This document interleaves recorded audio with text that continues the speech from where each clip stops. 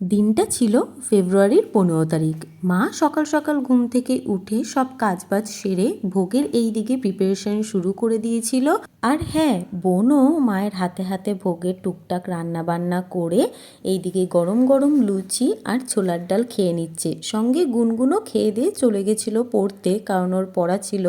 আর এই যে দুই ভাইকে এখন ফোন দিয়ে আটকে রাখা হচ্ছে, কারণ দুই ভাই গ্যাসের সামনে গিয়ে খুব দুষ্টুমি করছিল। তাই ওদের দুইজনকে এখানে ফোন দিয়ে বসিয়ে ওইদিকে আমাদের কাজবাজ সারা হচ্ছিল। আর এই যে মা এখানে ঠাকুরকে ভোগও দিয়েছে।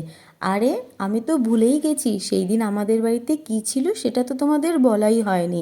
1 বছর আগে সেই দিনে আমাদের ঠাকুমা আমাদের ছেড়ে চলে যায়। সেদিন ঠাকুমার বাৎসরিক ছিল, প্রত্যেকটা নিয়ম পালন করা হয় কিন্তু ঘরোয়াভাবেই করা হয়েছিল।